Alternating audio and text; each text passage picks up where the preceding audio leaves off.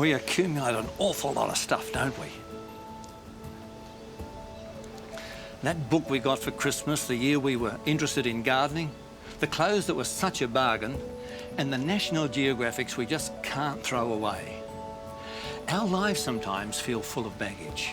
Things we never intended to keep, stuff we don't want anymore, but can't quite bring ourselves to get rid of. And we carry this stuff around with us, sometimes for a lifetime.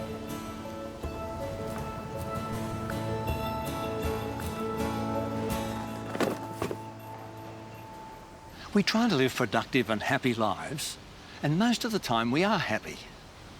And yet all of us, no matter who we are, drag some secret regret or guilt around that we just don't seem to be able to get rid of. Of course, we don't all think we're guilty. Right now you might be thinking, well, I've never killed anyone. I've never stolen anything. I'm not really a bad person, actually. And yet somewhere deep down there's something that makes you feel guilty. I'm born in a place called Toin, in Sudan, in Barakazal state. And I was born in the time when the war was happening.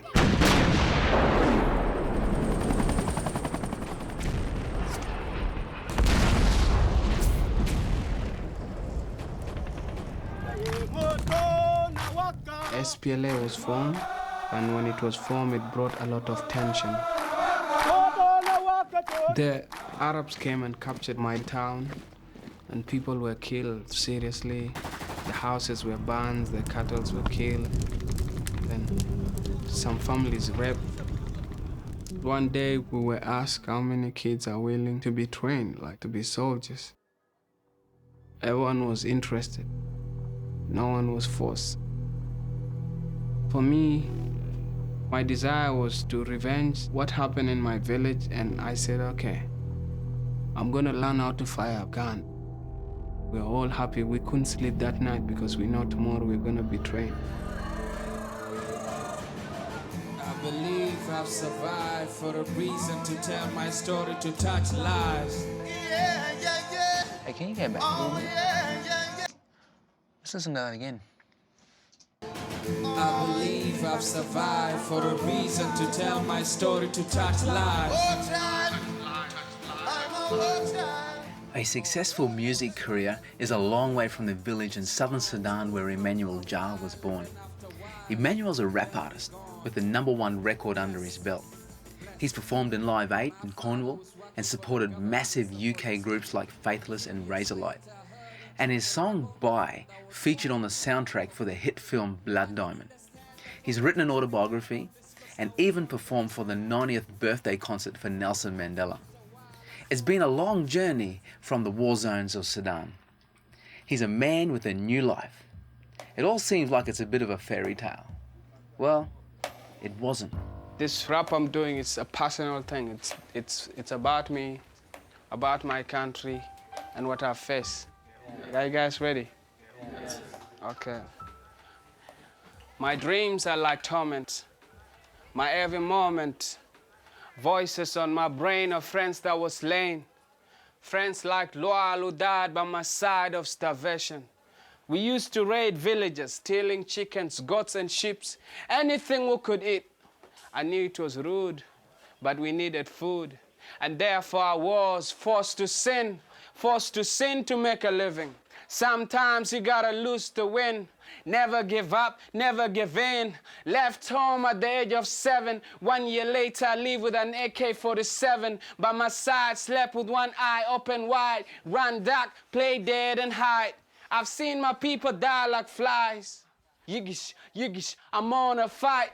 Day and night, sometime I'm doing wrong in order to make things right. It's like I'm living a dream first time. I'm feeling like a human being, The children of Darfur, your empty bellies on the telly, now it's you that I'm fighting for. Ask God questions, what am I here for? Why are my people poor? Innocent people die every day. And I ask God why and why. When the rest of the children were learning how to read and write, I was learning how to fight. That's my story.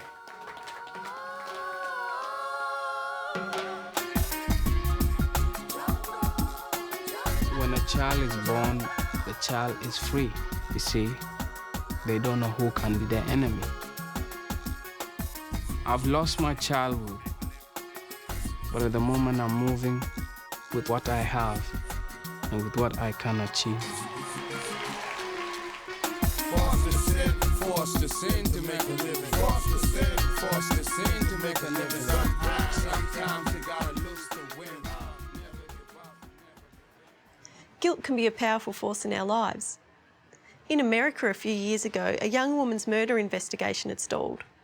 The police recruited a psychologist who suggested hiding a microphone at the victim's gravesite, to see who might come by and confess their sins. Months later, a man turned up, riddled with guilt, and poured out his heart, begging the dead girl for forgiveness. And the police got their man. Dr. Hart's ready for you. Thank you. Oh, come on in. Dr. Hart. Hi, Danielle. Nice to meet you. Good to meet you.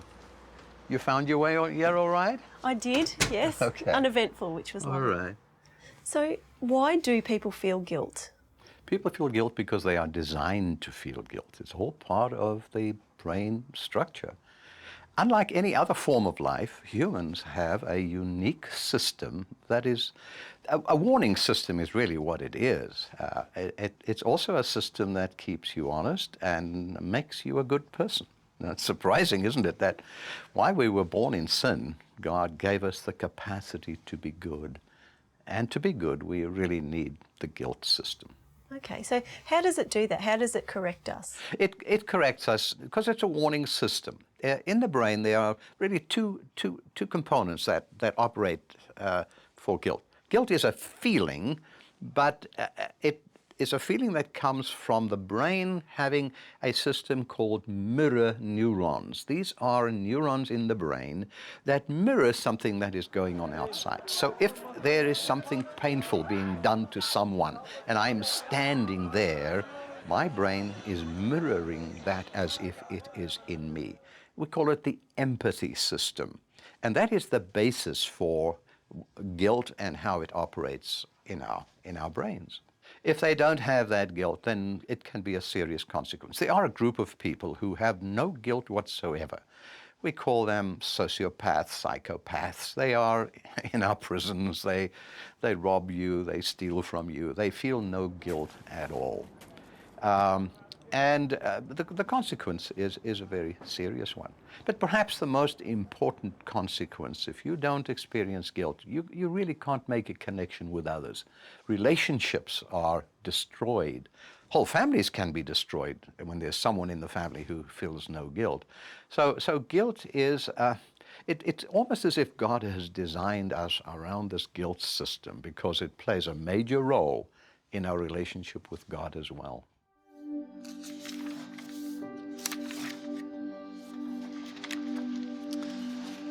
You don't have to be a child soldier to find yourself trapped by guilt. I mean, who hasn't struggled with a guilty conscience? That sense that you've done something wrong, or that you've neglected to do what you knew was right. You attempt to rationalise it, but deep down guilt is a silent voice that just won't shut up.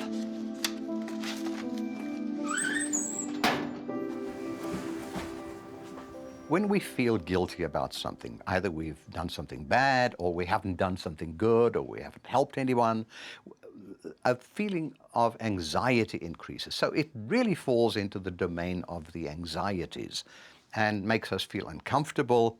But its purpose, you see, is to motivate us to either make amends or to do something to help. So it turns us into better people. Okay, so guilt can be good or bad? Guilt can be good or bad, and it's very, very important that we understand the distinction. In psychological terms, we think of the bad form of guilt as neurotic guilt.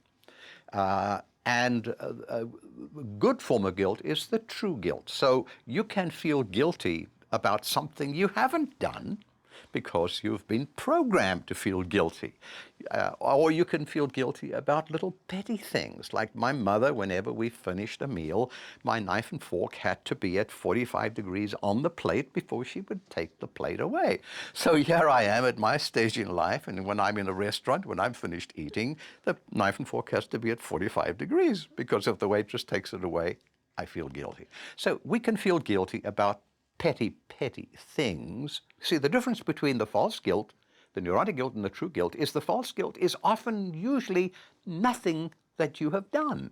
You're guilty about something you really haven't done.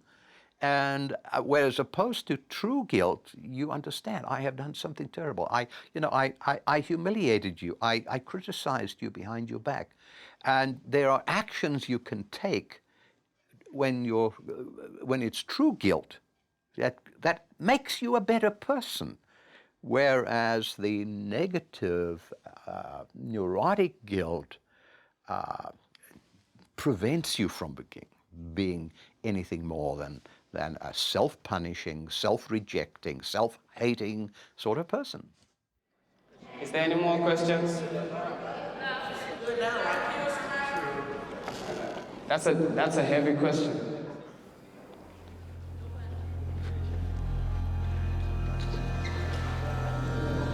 You know, when you go to war and you're young, sometimes you don't even know where you're shooting at. You just fire in the bush and assume you've killed someone. It's just like when you see the bushes running, and then you dive, and then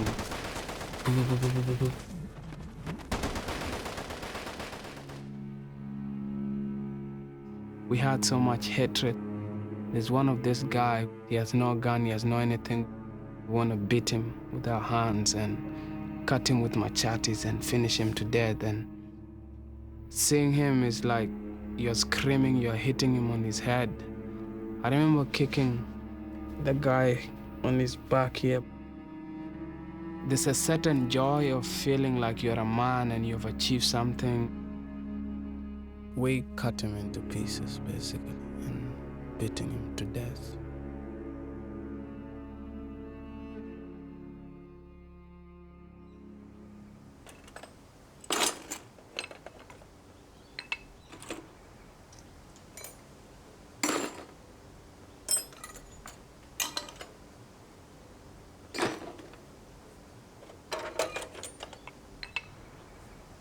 Many adult soldiers suffer from what they call post-traumatic stress syndrome.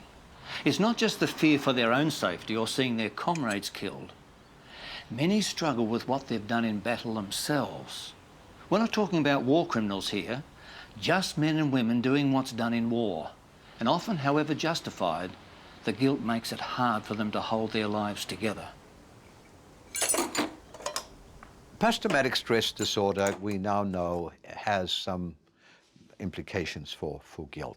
For example, with the wars that are going on, we get something called survivor guilt, where, you know, everyone else in your platoon died and you're the only one who survived. And now you begin to feel guilty because you are the only one that has survived.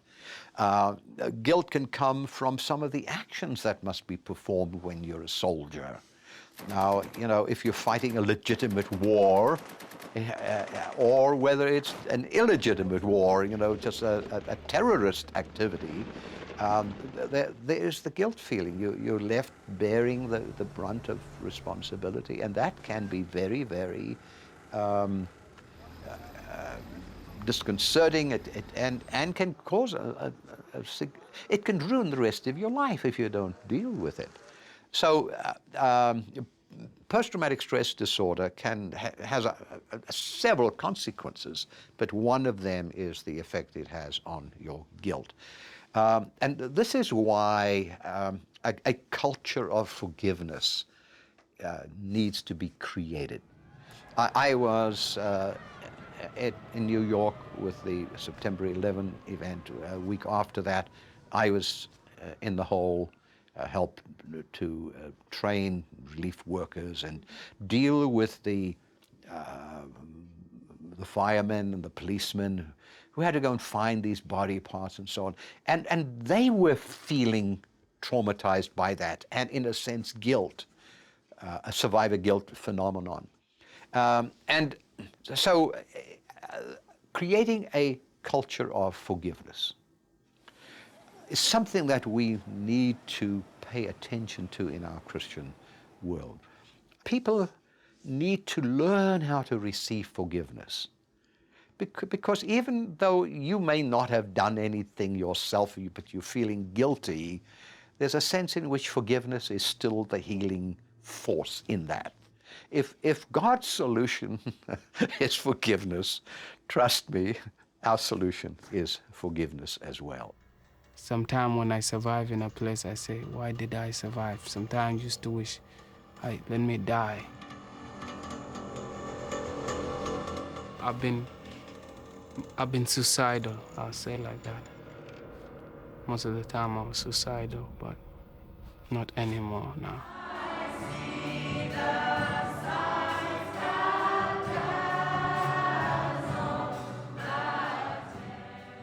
I'm just coming to say hello to everyone and being thankful to God how He has brought me and lifted me up from the hard times I used to be here.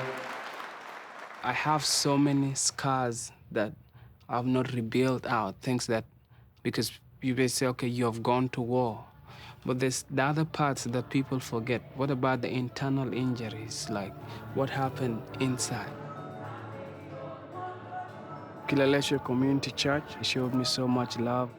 I started joining the choir, trying to write songs, and it started healing me emotionally. In soldiers coming back, those who've experienced the traumas of war and hardship, there has to be an inculcation of a forgiveness spirit in them. And that forgiveness has to be directed at yourself. And that's the most difficult one of all. The hardest person to forgive is yourself. But if God can forgive, you must also.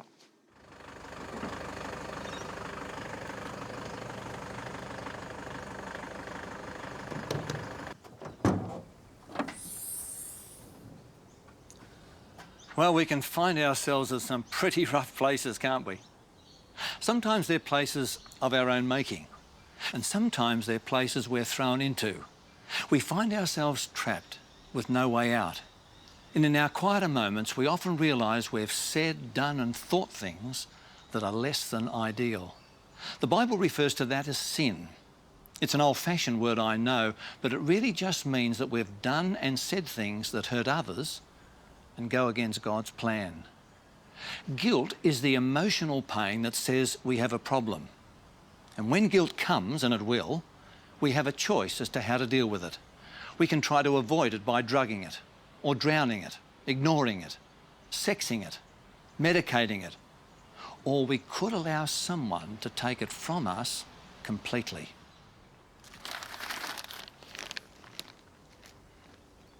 A definition I learned from an old African preacher when I was like 21 years of age. And we were talking about the situation in South Africa, how bad it was. And I said to him, I asked him the question, I said, what do you think needs to happen for things to come right? And his answer was, we, meaning the blacks, will have to forgive the whites. And I cynically said, yes, but what is forgiveness? And he came back with me with this definition. It's in all my books that I've written on the topic. Forgiveness, he says, is surrendering my right to hurt you back. Surrendering my right to hurt you back.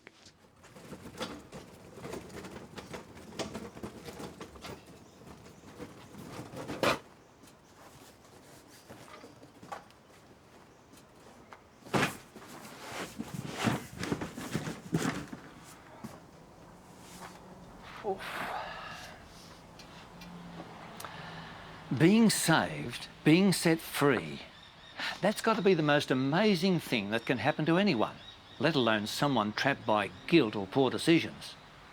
That's exactly what Jesus' death on the cross achieved.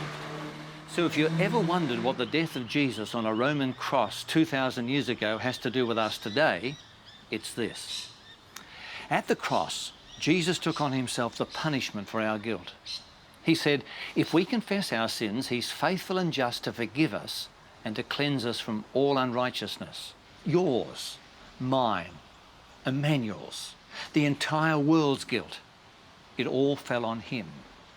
That's what it has to do with us today. It's the permanent promise of a guilt-free life, a life without fear of the past, but hope for the future. That's exactly what Jesus offers. Perfect freedom. To get close to God, your guilt system's got to be working properly. Because in the final analysis, there is an issue in your fallenness, your sinfulness. There is a forgiveness that Christ paid the penalty for on the cross, that you have to receive. It's not going to be shoved down your throat. And to be able to tune in a way, a healthy way, with your brain, with your mind, into receiving that sort of forgiveness is becoming more and more difficult. I challenge preachers that you know, we've got to make sure that we preach the right way. Preaching to a neurotic guilt is not going to draw people closer to God. I believe we have to lift God up as God is beautiful. He's righteous. His holiness is so wonderful. You know, I'm moved to tears by how fantastic it all is. But boy, if you don't pay attention to what's going on inside you, you're not going to have the capacity to experience that wonderful, wonderful love that He offers us every day of our lives.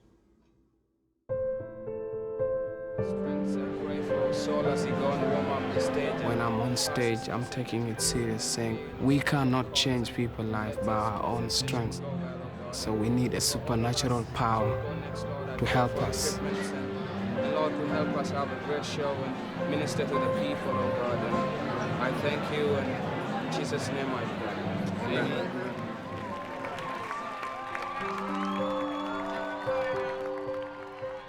Sometimes when we feel guilty, instead of talking to Jesus about it, we wait until we feel good enough to go to Him.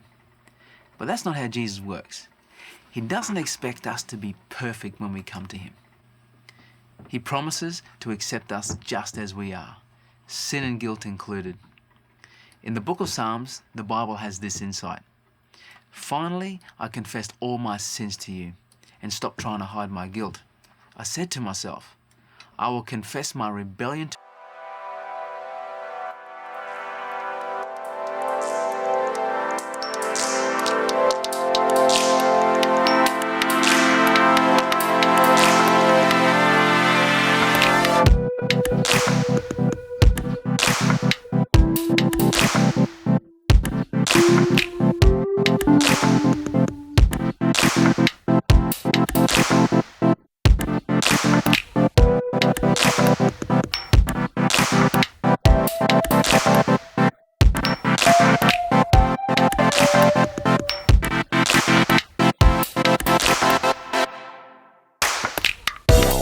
To explain it like this.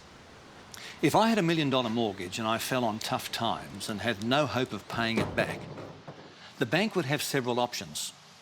They could foreclose on my house and I'd lose everything. I mean, that's justice. I signed the mortgage agreement and can't complain. Or they could come to me, realise I've got a problem and give me more time to pay. That's mercy. I didn't get what I deserved and I'd feel pretty relieved. Or they could forgive my debt and pay it themselves and allow me to keep my house. Now, that's grace. It would be very unusual for a bank to do that. But that's exactly what Jesus does every single time we come to Him. When we feel guilty, it's because we've actually broken God's law. The primary person that we have wronged is God, so He is the only one who can take our guilt and forgive it. And that's what He did. And still does.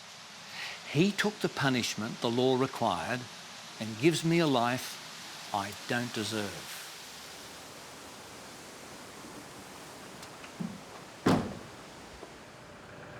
Okay, mate, take it away.